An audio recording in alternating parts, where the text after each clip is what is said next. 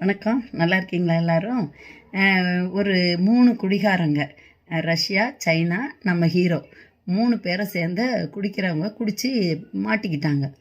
தண்டனை அவங்களுக்கு பனிஷ்மெண்ட்டுன்னொடனே என்ன 50 சாட்டையில் அடி வெளுக்கணும் முதுகுலையே. அப்போது ஜட்ஜி சொன்னார், உங்களுக்கு 2 வாய்ப்பு, 2 சான்ஸ் தரலாம், ரிலாக்ஸ் பண்ணலாம், நீங்கள் 2 விஷயம் ஏதாவது கேட்டுக்கங்க அப்படின்னு. அப்போ ரஷ்யாக்காரர் சொல்கிறாரு, ஐயா எனக்கு 25 அடியாக குறைச்சிருங்க, அடுத்தது 2வது என்ன அப்படின்னா முதுகில் ஒரு தலையணையை கட்டிருங்கன்னார்.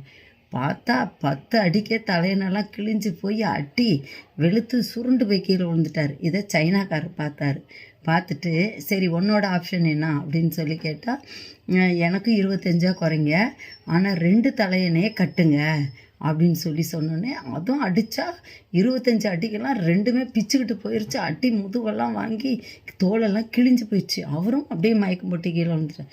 நம்ம ஹீரோ கெத்தாக வர்றாரு, நல்லா நெஞ்சை நிமித்திக்கிட்டு தைரியமாக வந்து நிற்கிறாரு. என்ன உனக்கு கொஞ்சம் கூட பயமே இல்லையா? எனக்கு ஒன்றும் பயம் இல்லை, இதில் என்ன இருக்குது?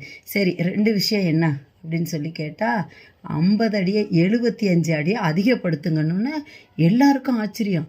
இது என்னடா அது, 50 அடியை எல்லாம் குறைக்க சொன்னாங்க, வந்து அதிகப்படுத்த சொல்கிறாரு.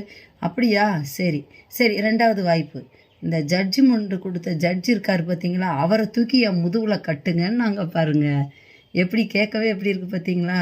அது மாதிரி வர்ற பிரச்சனையை சமாளிக்க தெரிஞ்சால் நீங்கள் நானும் வாழ்க்கையில் முன்னேறலாம். எல்லாருக்கும் வாழ்த்துக்கள். நன்றி, வணக்கம்.